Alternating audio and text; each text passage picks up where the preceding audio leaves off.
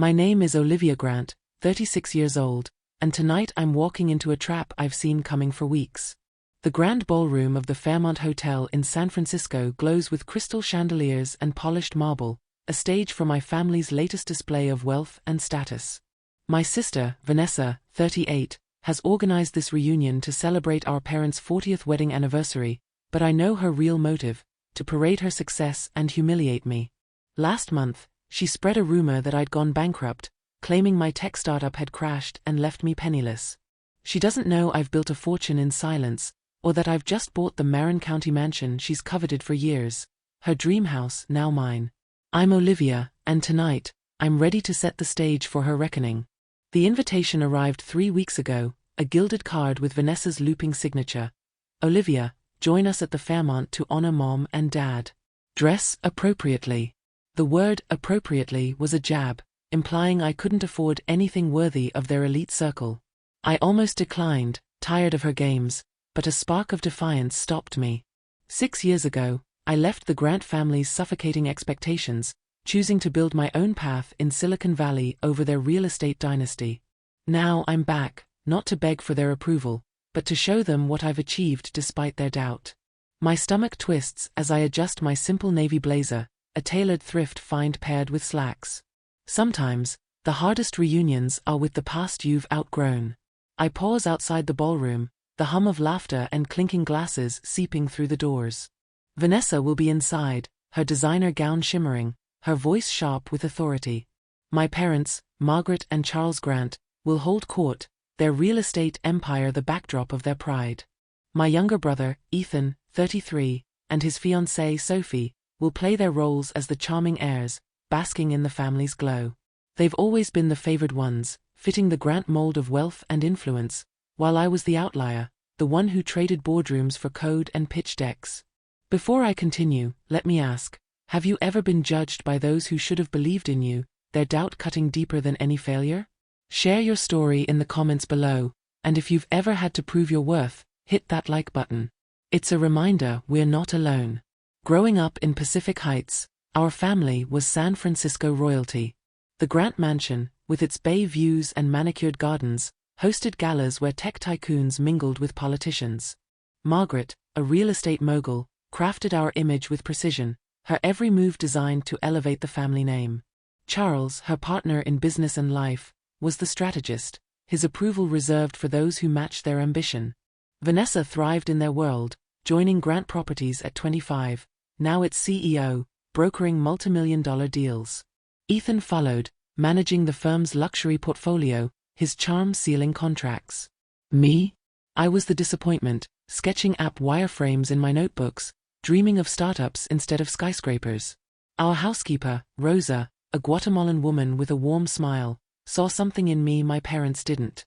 "You've got a mind, Mija," she'd say, watching me code on my laptop. "Build something new, not just what they expect." By 15, I was designing apps for friends, earning pocket money. By 18, I'd launched a small platform for local businesses, selling it for $50,000 to fund college. "Tech is a fad," Margaret declared when I suggested studying computer science. "Grants build empires, not apps." Charles was blunter, "You'll regret chasing trends over stability." To appease them, I enrolled at Stanford, majoring in business as a compromise. But I fed my passion through coding bootcamps and hackathons, interning at startups in Palo Alto. I founded my first company, Nexus, in my dorm, a platform connecting freelancers with gigs. It grew fast, raising $2 million in seed funding by graduation.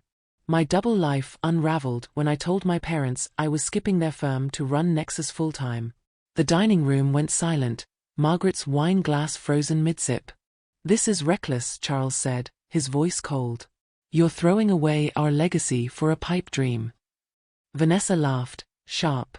"Always the dreamer, Liv. Let's see how long you last in that shark tank."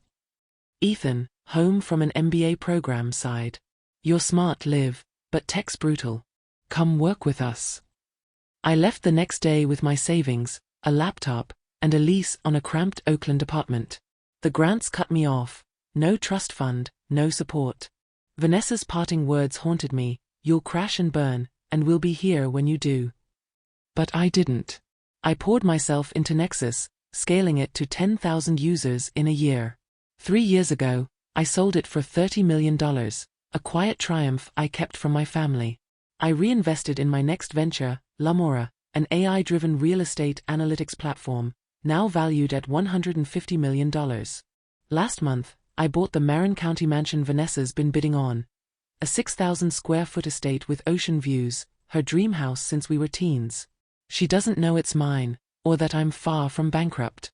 Vanessa's bankruptcy rumor started at a family friend's gala, where she told guests I'd tanked Nexus and was living off loans. Ethan called to warn me, his tone apologetic but distant. Margaret and Charles believed her, urging me to come home in pitying emails. I let the rumor spread, knowing it would bring me here, to this reunion, where I could face them as the Olivia they underestimate before revealing the Olivia I've become. I push through the ballroom doors, the Fairmont's opulence enveloping me. The room is a sea of tuxedos and gowns, a string quartet playing softly. Tables are draped in white linen, adorned with orchids and gold-rimmed plates. I spot my family at the center, arranged like a royal court. Margaret, in emerald satin, gestures animatedly, her diamond necklace catching the light. Charles, in a tailored tux, sips scotch, his grey hair sleek. Vanessa, in a silver Versace gown, holds court, her laughter sharp. Ethan, in a navy suit, leans toward Sophie, her blonde hair swept into an updo, her engagement ring flashing. I adjust my navy blazer, feeling their eyes before they see me. My outfit, tailored but simple, paired with flats, is deliberate, a nod to the bankrupt Olivia they expect. Rosa's voice echoes in my mind, "Build your truth, Mija." I've done that, and tonight, I'll show it. Clara, the event coordinator, greets me with a smile. "Miss Grant, your family's waiting. May I escort you?" Her discretion is perfect. She knows me from Lumra's events here, but she plays along. "Thank you, Clara," I say, following her. As we approach, Vanessa notices me first, her smile faltering before morphing into something saccharine. "Olivia," she calls, rising for an air kiss, her perfume sharp. "You made it. I was worried you'd struggle to get here." The jab lands, implying I'm too broke for a cab. Margaret's eyes scan my blazer, her lips pursing. "Olivia dear, you look practical," she says, her tone laced with pity. Charles offers a stiff nod. "Good to see you, Olivia." Ethan stands, hugging me awkwardly. "Hey, Liv. Glad you're here."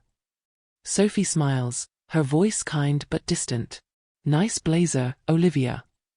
I take the last empty seat, the weight of their judgment settling in. Vanessa gestures to the table, set with champagne flutes. "We've ordered Dom Perignon. I hope that's okay given your circumstances." The implication, "I can't afford it," is clear. I notice they've chosen the priciest option, a show of wealth typical of Grants. The ballroom buzzes, guests mingling, unaware of the tension at our table. Clara hovers nearby, her glance subtle but supportive. I've planned this night carefully, and the pieces are falling into place. "So, Olivia," Margaret begins, her smile sharp. "What's new with you? Still freelancing?" The table's focus shifts, their eyes ready to dissect. Ethan shifts uncomfortably, sensing Vanessa's trap. "Yeah, Liv," he says, his tone cautious. "How's tech treating you?" Vanessa leans forward, her gown shimmering. "I heard things got rough after your little startup. What was it, Nexus? Such a shame." Her voice drips with false sympathy, her rumor laid bare. I sip my champagne, the bubbles crisp, and smile faintly. "I'm keeping busy," I say, my voice calm. Elise smirks, twirling her glass. "Busy? Liv, no offense, but you look like you're downsizing." Charles clears his throat. "Olivia, if you're struggling, we can help. Come back to Grant Properties, there's a role for you." The offer, cloaked in pity, stings, but I've built armor in Silicon Valley's trenches. Tonight, I'm playing their game, but the rules are mine. The Fairmont Hotel's ballroom in San Francisco sparkles with opulence, its crystal chandeliers casting prisms across marble floors and white linen tables adorned with orchids. The air hums with laughter, clinking glasses, and the soft strains of a string quartet, a perfect stage for my family's display of wealth. I, Olivia Grant, 36, sit at their central table, my navy blazer and tailored slacks a deliberate contrast to their designer attire. My sister, Vanessa, in a silver Versace gown, leads the conversation with her sharp, practiced charm, her eyes flicking to me with a mix of pity and triumph. My mother, Margaret, in emerald satin, sips Dom Perignon, her diamond necklace glinting. My father, Charles, in a tailored tux, nods at my brother Ethan's real estate anecdotes, while Ethan's fiancée, Sophie, in a blush pink gown, smiles politely. They think I'm bankrupt, a rumor Vanessa spread last month, claiming my tech startup, Nexus, crashed. They don't know I sold it for $30 million, built L'Amora into a $150 million AI platform, or bought the Marin County mansion, Vanessa's dream house, last week. Tonight, I'm playing their game, but the reveal is mine. Vanessa sets down her champagne flute, her smile sharp. Olivia, you've been so quiet, she says, her voice loud enough to draw the table's attention. Tell us about your situation. I heard Nexus didn't quite work out. Her tone drips with false concern, the bankruptcy rumor laid bare for all to dissect. Margaret's eyes narrow, her pity palpable. Yes, dear, we've been worried. What are you doing now? Charles clears his throat, his tone stern. Olivia, if you're in trouble, be honest. We can help. Ethan shifts uncomfortably, his navy suit creased, while Sophie offers a sympathetic smile, her engagement ring catching the light. I sip my champagne, the bubbles crisp, and keep my expression neutral. I'm managing, I say simply, letting their assumptions pile up. Vanessa laughs, a sharp, practiced sound. Managing? Liv, no offense, but that blazer screams clearance rack. Are you freelancing again? Ethan tries to deflect, his voice cautious. Come on, Vanessa, let's not. Liv's probably got something new going. Sophie nods, her tone kind but clueless. I'm sure you're doing fine, Olivia. Tech's tough, right? Their words are a familiar sting, honed by years of dismissing my dreams. 6 years ago, they cut me off when I chose Silicon Valley over Grant Properties, their real estate empire. Vanessa's parting shot, you'll crash and burn, fueled my rise, but I've kept my success secret, waiting for a moment like this. I'm still in tech, I say, my voice calm. Keeping busy. Margaret's smile tightens. Busy? Olivia, at 36, you should be settled. Grant Properties has a role for you, something stable. Charles nods, his Scotch glass steady. We've always said our doors open, even after your choices. I smile faintly, savoring the irony. They're sitting in a ballroom I've booked for Lumra's events, critiquing me while I own the Marin County mansion Vanessa's been bidding on. A 6,000 square foot estate with ocean views, her obsession since we were teens. Clara, the event coordinator who knows me from those bookings, approaches with the first course, a goat cheese tart with fig jam and microgreens. Compliments of the kitchen, she says, placing plates before us. Her glance at me is subtle, a nod to our plan. I shake my head slightly, she knows to wait. Vanessa nibbles her tart, frowning. It's okay but a bit sweet. Margaret agrees, her tone critical. The figs are overpowering. Honestly, Olivia, you'd probably love this, simple, like your lifestyle. Ethan takes a bite, his expression neutral. It's fine, he says, glancing at me, sensing the trap. Sophie praises it politely, but Charles pushes his plate aside. Not my taste, he grumbles. Their dismissal mirrors their view of me, unimpressive, unworthy of their elite standards. I suppress a smile, knowing the tart's figs came from a Napa farm I've partnered with for Lumra's corporate retreats. Their critique stings, not for me, but for the effort behind it. So, Olivia, Vanessa presses, leaning forward, her gown shimmering. How are you affording this? A dinner here's not cheap, and with Nexus, well, we heard things got rough. Her rumor, spread at a gala last month, hangs heavy, daring me to confirm it. Nathan smirks, swirling his champagne. Yeah, leave, spill. You maxing out credit cards? Got a sugar daddy? Sophie gasps softly, but Margaret's eyes narrow, waiting. I manage my finances, I say, my voice even, taking a bite of tart, its flavors balanced perfectly. Elise scoffs, sharp. Manage? Liv, you look like you're one step from a studio apartment. Be real, how are you here? Charles's voice hardens. Olivia, pride's no good if you're drowning. We can cover you, but don't pretend. The table's focus is a spotlight, their judgment a familiar weight, but I've built armor in Silicon Valley's boardrooms. Thanks, but I'm fine, I say, meeting Vanessa's gaze. Her smile falters, sensing resistance. The second course arrives, seared scallops with cauliflower puree and crispy prosciutto. Now this is more like it, Margaret declares, cutting into her scallop. Vanessa tastes hers, her expression guarded. It's passable, she says, as if searching for fault. Ethan eats quietly, his eyes on me, while Sophie praises the plating. Charles grumbles, portions small for the price. Vanessa swirls her wine, a $400 Chardonnay I know she'd never pair with scallops. Decent wine list, she says, but not exceptional. Their critiques echo the birthday dinner last week, where Vanessa announced my bankruptcy to guests, assuming I couldn't afford to contribute. I let her rumor spread, knowing it would lead here, where I could face them as the failed Olivia before revealing my truth. The third course, a roasted duck breast with cherry gastrique and farro, arrives, and their reactions are predictably dismissive. Too gamey, Elise says, pushing it aside. The farro's chewy, Margaret complains. Vanessa calls it over-ambitious, while Charles cuts his duck clumsily, breaking the delicate sear.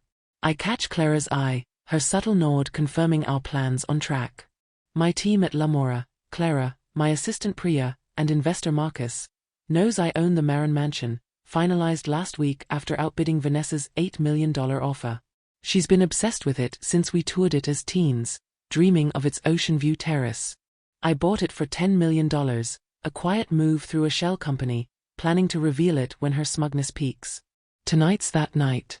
As the plates clear, Vanessa leans toward me, her voice low but venomous. Olivia, we're splitting the bill, but if you can't handle it, just say so. We don't want you embarrassed. Margaret nods, her tone pitying. We'll cover you, dear, if it's too much. Ethan tries to intervene, his voice soft. Guys, maybe. But Vanessa cuts him off, her smile sharp. No, Ethan, let's be real. Liv, how are you paying for this? Loans? Charity? I sip my wine, the Chardonnay's notes grounding me. I can cover my share, I say calmly.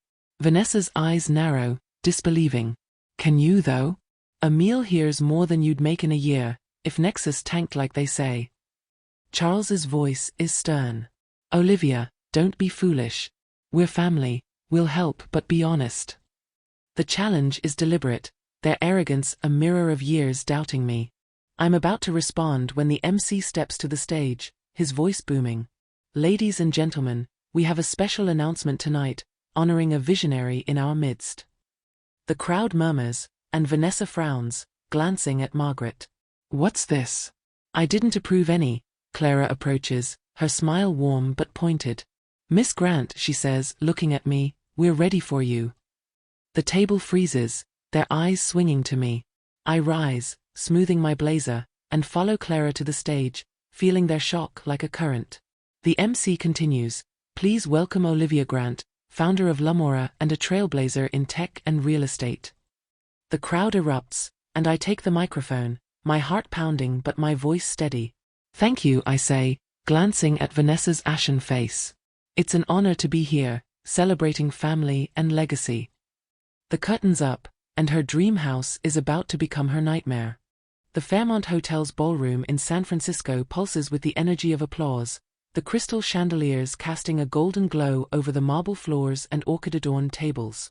I, Olivia Grant, 36, stand on the stage, the microphone cool in my hand, my navy blazer and tailored slacks a stark contrast to the glittering gowns around me.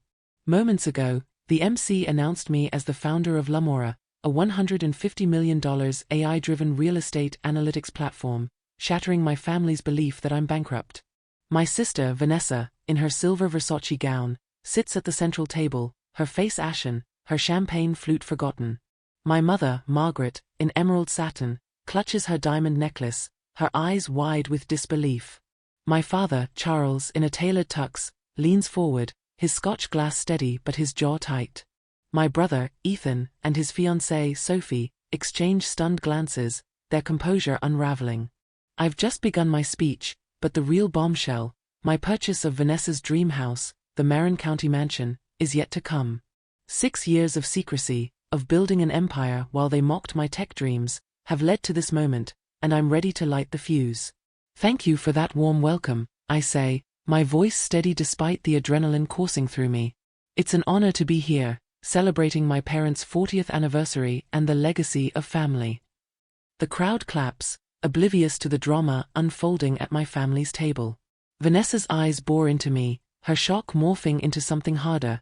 Anger, perhaps, or fear. L'Amora, I continue, is more than a tech company. It's a testament to building something from nothing, to chasing a vision even when others call it a pipe dream. My words are deliberate, a mirror to their dismissal of my startup, Nexus, which I sold for $30 million 3 years ago. I pause, letting the applause fade, and meet Vanessa's gaze. Many don't know my journey, I say, my tone softening but firm. I started with a laptop and a belief that technology could reshape industries, including real estate. I faced doubters who said I'd fail, who called my work a fad. But every late night, every pitch, every rejection fueled me to build L'Amora into a platform that's transformed how we buy and sell homes. The crowd murmurs approvingly, some nodding, others whispering. Clara, the event coordinator who's in on my plan, stands near the stage, her smile subtle but proud. My assistant, Priya, is likely backstage, ensuring the visuals for my speech, a slideshow of L'Amora's milestones, are ready. My investor, Marcus, is in the audience, his nod a quiet anchor. Tonight, I say, I'm thrilled to share a personal milestone that ties to our family's love of real estate. The crowd leans in, curious, and I see Vanessa's shoulders tense. Last month, I acquired a property that's long been a symbol of aspiration for us, the Marin County estate at 42 Ocean Crest Drive. The ballroom gasps, but my family's reaction is electric. Vanessa's glass slips, splashing champagne on the tablecloth. Margaret's hand freezes on her necklace, her face paling. Charles's Scotch glass clinks against the table, his eyes narrowing. Ethan's mouth opens, and Sophie's hand flies to her lips. They know the house, Vanessa's dream since we were teens, a 6,000 square foot masterpiece with ocean views, the one she's been bidding on for years. It's mine now, I say, my voice calm but cutting. Purchased for $10 million, outbidding the competition. I let the words hang, watching Vanessa's face crumple, her composure shattering. The crowd erupts, applauding my success, unaware of the personal stakes. Priya cues the slideshow, and a photo of the mansion. Its glass walls, infinity pool, and terraced gardens, flashes on the screen behind me. This acquisition, I continue, is a nod to my roots, but also a step forward for L'Amora, as we plan to use it for executive retreats and showcase our analytics platform's precision in high-stakes deals. I step off the stage, handing the microphone to the MC, who leads another round of applause. The quartet resumes, signaling the transition to dessert, but my family's table is a frozen tableau. I walk toward them, my steps measured, the crowd parting as guests nod or offer congratulations. A woman in a L'Amora-branded gown, one I gifted to a client, touches my arm. Incredible, Olivia. That house is stunning. I thank her, my professional mask intact, but inside, I'm electric. Vanessa's rumor, her smug announcement of my bankruptcy, has been obliterated, and her dream house is the final blow. As I reach the table, the air crackles with tension. Vanessa stands, her gown shimmering but her face a mask of fury. Olivia, what is this? She hisses, her voice low to avoid a scene. You bought my house? How dare you? Margaret's voice trembles, her hand still on her necklace. Olivia, this is unbelievable. Why didn't you tell us? Charles's eyes narrow, his lawyer's instincts kicking in. Explain yourself. How did you pull this off? You had nothing when you left. Ethan shakes his head, his voice soft but stunned. Elive, L'Amora. That house? You're loaded. Sophie's eyes widen, her smile nervous. This is amazing, Olivia, but wow. I slide into my seat, smoothing my blazer, and meet Vanessa's glare. I own L'Amora, A $150 million company, I say, my voice steady. I sold Nexus for $30 million 3 years ago, reinvested in Lamora, and bought the Marin estate last month. That's how. Their faces shift. Vanessa's to betrayal, Margaret's to shock, Charles's to calculation, Ethan's to awe, Sophie's to disbelief. The dessert course, a chocolate tart with raspberry coulis, arrives, but no one touches it, their eyes locked on me. That's impossible, Vanessa snaps, her voice rising, drawing a few glances. You were bankrupt, Olivia. I heard it from investors. You can't just. She stops, her hand shaking, realizing her rumors collapsed. Charles leans forward, his tone stern. How did you keep this secret? We're your family. We deserved to know.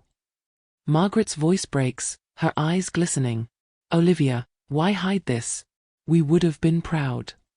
Ethan nods, his expression earnest. Liv, this is huge. But, why didn't you say anything? Sophie tries to smile, her voice soft. It's incredible, Olivia. Really. I laugh softly, the sound sharp. Proud? You believed Vanessa's rumor, Mom, Dad. You emailed me to come home, thinking I was broke. You mocked my blazer, my life tonight, assuming I couldn't afford this dinner. Why would I share my success with people who never believed in me? The table falls silent, their guilt palpable. Around us, the ballroom buzzes, guests dining, the quartet playing, but our table is a world apart. Vanessa's eyes glisten, her voice low but venomous. You stole my house, Olivia. I've been bidding on it for years. You knew it was mine. Her accusation cuts, but I've built armor in Silicon Valley's boardrooms. I didn't steal it, I say, my voice calm. I outbid you fair and square. Lumora's analytics gave me the edge. You assumed I was out of the game, Vanessa, but I played better. Margaret's hand flutters to her pearls, her voice pleading. Olivia, this is cruel. We didn't know. If you'd told us. Told you. I cut in, my tone firm. When I started Nexus, you called it a fad. When I left Grant Properties, you cut me off, said I'd crash. Vanessa spread lies about my bankruptcy, and you believed her. You didn't respect my passion then, why would I trust you now? Charles clears his throat, his tone shifting to negotiation. We misjudged you, Olivia. Lumora's impressive, our business sense clearly. Let's move forward, work together. His attempt to claim credit sparks anger in me. You don't get to claim this, I say, my voice icy. I built Nexus with $50,000 from my first app, scaled Lamora with my team, bought that house with my money. Not yours. Ethan's voice is soft, almost pleading. Liv, we're sorry. We didn't see it. But, that house? It's Vanessa's dream. Why take it? Sophie nods, her eyes wide. It's amazing, but it feels personal. I meet Ethan's gaze, my voice steady. It is personal. Vanessa humiliated me, spread lies to make herself feel bigger. I bought the house because I could, because I earned it. But I'm not keeping it to hurt her, I'm using it for Lamora, for my vision. Vanessa's face twists, her voice breaking. You're spiteful, Olivia. You let us sit here, judging you, knowing you had everything. That's not success, that's revenge. I lean forward, my eyes locked on hers. Revenge? I wanted to see how you'd treat me if you thought I was nothing. You showed me, mocking my clothes, my finances, my life. You didn't care about me, Vanessa. You cared about winning. The words hit, and she flinches, her eyes glistening with unshed tears. Clara approaches, her voice soft. Miss Grant, the organizers need you for the closing remarks. Her presence is a lifeline, a reminder of my world beyond this table. I nod, standing. I have to go, I say, my voice firm. Vanessa grabs my arm, her grip tight. This isn't over, Olivia. You can't just. Charles cuts her off, his tone stern. Vanessa, enough. Let her go. I pull free, walking toward the stage, their eyes burning into my back. The crowd parts, their whispers following me. I'm Olivia Grant, and I've just rewritten their story. The Fairmont Hotel's ballroom in San Francisco shimmers with fading elegance as the reunion for my parents' 40th anniversary winds down, the crystal chandeliers casting a soft glow over marble floors and half-empty tables. The string quartet's final notes linger, and guests begin to depart, their laughter echoing in the vast space. I, Olivia Grant, 36, stand near the stage, my navy blazer and tailored slacks a quiet rebellion against the designer gowns I've outshone tonight. Moments ago, I revealed my success as the founder of Lamora, a $150 million AI-driven real estate analytics platform, and dropped the bombshell that I bought the Marin County mansion, my sister Vanessa's dream house, for $10 million. The shock on her face, mirrored by my family's, was the culmination of 6 years of secrecy, of building an empire while they believed Vanessa's lie that I'd gone bankrupt. Now, as I prepare for the closing remarks, their stunned gazes follow me, but I'm not here to bask in their regret. I'm here to assert my truth and set boundaries for whatever comes next. Vanessa, in her silver Versace gown, stands near our central table, her champagne-stained tablecloth a testament to her unraveling composure. Her eyes, red-rimmed but fierce, bore into me, her hands clenched. My mother, Margaret, in emerald satin, clutches her diamond necklace, her face a mix of shock and embarrassment. My father, Charles, in a tailored tux, sips his scotch, his lawyer's poise strained. My brother, Ethan, in a navy suit, and his fiancée, Sophie, in a blush-pink gown, exchange uneasy glances, their earlier pity replaced by awe. I've just walked off the stage after announcing my purchase of the 6,000-square-foot Marin estate at 42 Ocean Crest Drive, the house Vanessa has coveted since we were teens. The crowd's applause still rings in my ears, but my family's silence is louder, a storm waiting to break. Clara, the event coordinator who's been my ally tonight, hovers nearby, her clipboard tucked under her arm. Miss Grant, the organizers are ready for your closing remarks, she says, her voice soft but urgent. I nod, but Vanessa's voice cuts through, sharp and low. Olivia, we're not done, she says, stepping toward me, her heels clicking. You can't just drop this and walk away. Margaret rises, her voice trembling. Olivia, please, let's talk. This is overwhelming. Charles sets down his glass, his tone firm. You've made your point, Olivia, but this isn't how family handles things. I turn, meeting Vanessa's glare, my voice calm but unyielding. Family? You spread lies about my bankruptcy, Vanessa, told everyone I tanked. You mocked my blazer, my life, tonight, assuming I was nothing. Now you're upset because I'm not. Their faces shift, Vanessa's to fury, Margaret's to guilt, Charles's to calculation, Ethan's to discomfort, Sophie's to sympathy. The ballroom empties around us, guests filing out, but our table remains a battleground, the untouched chocolate tarts a silent witness to their shock. Vanessa's voice rises, drawing a few lingering glances. You stole my house, Olivia. I've been bidding on it for years, $8 million, my life savings. You knew it was mine. Her accusation is raw, her dream of the Marin Estate's ocean view terrace shattered. I cross my arms, my blazer creasing slightly. I didn't steal it, I say, my tone steady. I outbid you $10 million, through a shell company. Lumora's analytics gave me the edge, data you didn't have. You assumed I was out, Vanessa, but I played the game better. Her face crumples, and I see the hurt behind her anger, but I've built armor in Silicon Valley's trenches. Margaret's hand flutters to her pearls, her voice pleading. Olivia, this is cruel. Why hide your success? We would have been proud. Charles nods, his tone shifting to negotiation. Lumora's impressive, our business sense clearly. But keeping this secret, buying that house? It's manipulative. Ethan's voice is soft, almost pleading. Liv, we're sorry, okay? But, that house? It's Vanessa's dream. Why take it? Sophie nods, her eyes wide. It's incredible, Olivia, but it feels personal.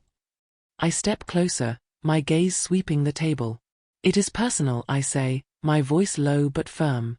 Vanessa humiliated me, spread lies to make herself feel bigger.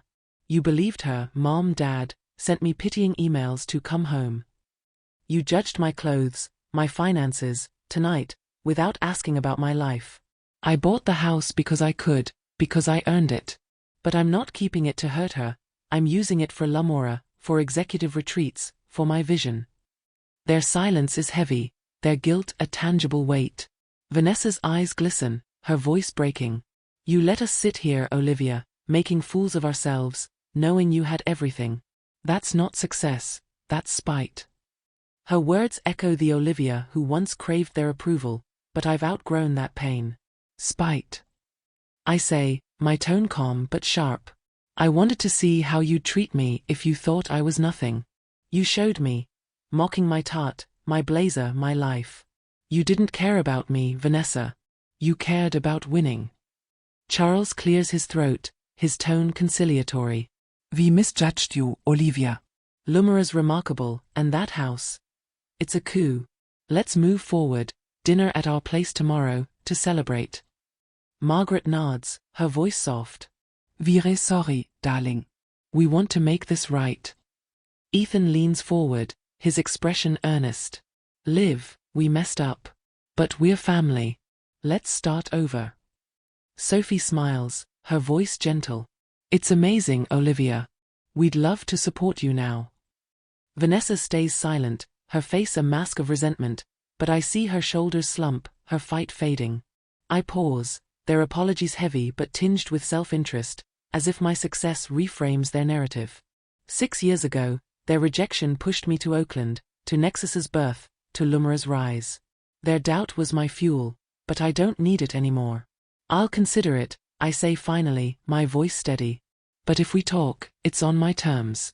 No more judging my career, no more assuming you know better, and no trying to profit from Lamora. I glance at Charles, who's been eyeing my success like a deal to broker. He flushes, looking away. Vanessa's voice is quiet, almost broken. You're so smug, Olivia. You think you're better than us now. I meet her gaze, unflinching. I don't need to be better than you, Vanessa. I'm better than the version of me you tried to bury. I proved it, to myself. Her eyes glisten, and for a moment, I see the sister who once shared secrets, not just the rival who spread lies. But trust is earned, not given. Priya, my assistant, approaches, her tablet in hand. Olivia, the Chronicle's here for a quick interview about the Marin acquisition, and Marcus needs you for the retreat planning. Her presence is a lifeline, a reminder of my world beyond this table. I nod, turning to my family. I have work to do, I say, stepping away. Margaret tries to follow, her voice pleading. Olivia, please. Charles grabs her arm, his tone firm. Let her go, Margaret. We'll talk later. I walk toward the ballroom's exit, Clara and Priya flanking me, their support a quiet strength. Guests nod as I pass, some offering congratulations, unaware of the family drama. The Chronicle reporter, a woman I've met at Lamora events, praises the mansion purchase, asking for a quote. I keep it professional. The Marin estate is a strategic move for Lamora, blending real estate with tech innovation. Inside, I'm processing the confrontation, its rawness a release of years of hurt. As the ballroom empties, I glance back. Vanessa's talking to a guest, her smile forced. Margaret and Charles confer quietly, their heads bent. Ethan and Sophie linger, his hand on her arm, their expressions subdued. I don't approach them. Instead, I text Priya, meet me at the office tomorrow. Marin retreat plans. The future is mine, and I'm ready to claim it. I step into the San Francisco night, the city's fog cool on my skin, the Fairmont's glow fading behind me. I've built an empire, not to crush them, but to stand tall, and no one can take that away. The morning fog clings to the San Francisco skyline, softening the view from my office at Lamora's headquarters, a sleek glass building in the Mission District. I, Olivia Grant, 36, sit at my desk, sipping black coffee, my navy blazer swapped for a crisp white shirt, my hair loose for once. It's been 4 weeks since the family reunion at the Fairmont Hotel, where I revealed my success as the founder of Lamora, a $150 million AI-driven real estate analytics platform, and shocked my family by announcing I'd bought the Marin County mansion, my sister Vanessa's dream house, for $10 million. The memory of her ashen face, mirrored by my parents' and brother's stunned silence, still lingers, but as I review plans for Lamora's next phase, I feel a quiet peace. I've moved beyond their doubt, beyond Vanessa's lie that I was bankrupt, to a place where my worth is defined by my own hands. This journey, born from hurt and fueled by defiance, has become a legacy I'm proud to build. My desk is scattered with papers, blueprints for the Marin Estate's renovation into a Lamora retreat center, a draft for a Forbes feature on my rise, and a contract for a new partnership with a Seattle real estate firm. My silver necklace, a gift from our housekeeper Rosa when I left for Stanford, rests against my collarbone, a reminder of her words, "Build your truth, Mija." I've done that, and now, as I type notes for my upcoming TEDx talk, I'm reflecting on what it means to rebuild, not just an empire but a family on my terms. The night of the reunion, after I confronted Vanessa, Margaret, Charles, Ethan, and Sophie for believing her bankruptcy rumor, I left them reeling. Their apologies, Vanessa's reluctant, my parents strained, Ethan's earnest, followed me out, but I needed space to process. Vanessa's accusation, that my purchase of the Marin mansion was spite, stung, but it wasn't true. I bought the 6,000 square foot estate with its ocean view terrace because I could, because Lumira's analytics gave me the edge, because it fit my vision for corporate retreats. Yet, I can't deny the satisfaction of outbidding her $8 million offer, a quiet checkmate after her years of mockery. Their outreach began the next day. Margaret called, her voice shaky, "Olivia, we're so sorry. Let's talk, please." Charles texted, formal but sincere, "Dinner tomorrow, 6 p.m. We owe you." Ethan emailed, his words raw, "Liv, I messed up. L'humoras incredible. Can we meet?" Vanessa's message was curt, sent via Instagram DM, "You win. I'm sorry. Coffee." I didn't respond immediately, weighing their intentions. Were they sorry, or just scrambling to align with my success? I agreed to dinner, not for reconciliation, but to set boundaries. The dinner at their Pacific Heights mansion was surreal. The dining room, with its bay views and mahogany table, felt less imposing than I remembered. Margaret served roasted lamb, her effort to impress almost touching.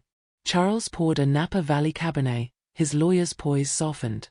Vanessa, in a simple black dress, was subdued, her usual sparkle dimmed.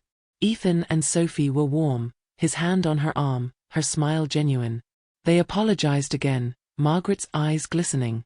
"We believed Vanessa's rumor, Olivia. We should have asked you. We're proud, truly." Charles nodded, his tone measured. "Lumira's a triumph. We misjudged your path." Vanessa spoke last, her voice halting. "I was wrong, Liv. Spreading that lie. I was jealous. You left, built something huge, and I felt stuck in their shadow." Her admission stunned me. Jealousy from the golden child? Ethan added, "We didn't see you, Liv. I'm sorry." Sophie's voice was soft. "Your work's amazing, Olivia. We want to support you." I set down my glass, my voice steady. "Thank you, but I don't need your pride. I needed your respect, and you didn't give it. If we move forward, it's with boundaries. No more judging my career, no more lies." Margaret reached for my hand, but I kept mine folded. "We understand," she said. Charles nodded, a rare concession. "You've earned that." Vanessa's eyes met mine, raw but sincere. "I'll try, Liv." Ethan smiled faintly. "I'd love to see Lumira's office, if you'll have me."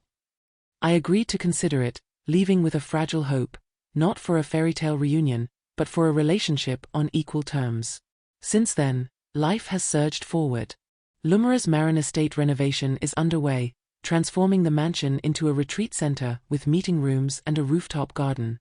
Priya, my assistant, oversees logistics, while Marcus, my investor, secured $20 million for the project. The Forbes feature, titled Olivia Grant, Tech's Quiet Titan, hits stands next week, with photos of me at the estate, not my thrift store blazer. I've launched a mentorship program at a Bay Area tech incubator, inspired by Rosa's encouragement. Every Saturday, I teach 10 young entrepreneurs, many from underserved communities, to pitch and code. One mentee, Jamal, 20, reminds me of myself, driven, doubted, hungry for a chance. I've offered him an internship at Lamora, watching his confidence grow with each task. My family's efforts have been tentative but steady. Margaret calls twice weekly, asking about Lumira's projects, her tone awkward but curious. Charles sent a real estate journal article, a silent nod to my work. Ethan visited Lumira's office last week, marveling at our AI dashboards, leaving a note, "You're killing it, Liv." Sorry again. Vanessa met me for coffee, her apology raw. "I was awful, Liv. I want to be better." She asked about the Marin house, her voice tight but resigned. I told her it's for Lamora, not personal, and invited her to the retreat's opening next spring. She nodded, a flicker of hope in her eyes. Tonight, I'm hosting a Lamora investor dinner at the Marin estate, a soft launch to test the space. Priya and Clara are setting up, tables on the terrace, a menu of seared scallops and lavender panna cotta, string lights framing the ocean view. As I drive to Marin, the fog lifts, revealing the mansion's glass walls and infinity pool. Inside, the space feels alive, my vision taking shape. Investors praise the setup, one tweeting, "Olivia Grant's Marin retreat is next level. Lumira's unstoppable." Jamal, shadowing me, takes notes, his eyes wide with ambition. Afterward, I linger on the terrace, the Pacific's waves a soft rhythm. Vanessa texts, "Saw the dinner pics. Looks amazing. Can I visit soon?" I reply, "Next month, after the Reno." Bring Ethan. It's not full trust, but it's a start. I open my laptop, drafting a foreword for my book, Code and Concrete, a blend of tech insights and my journey. Innovation is my language, ivrite. Wen dubt silenzt me, I coded. When family turned away, I built. Lamora is my foundation, not for their praise, but for the truth I've carved. The words flow, a release of the journey's weight.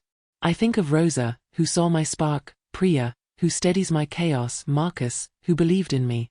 They're my chosen family, alongside Jamal and my ments.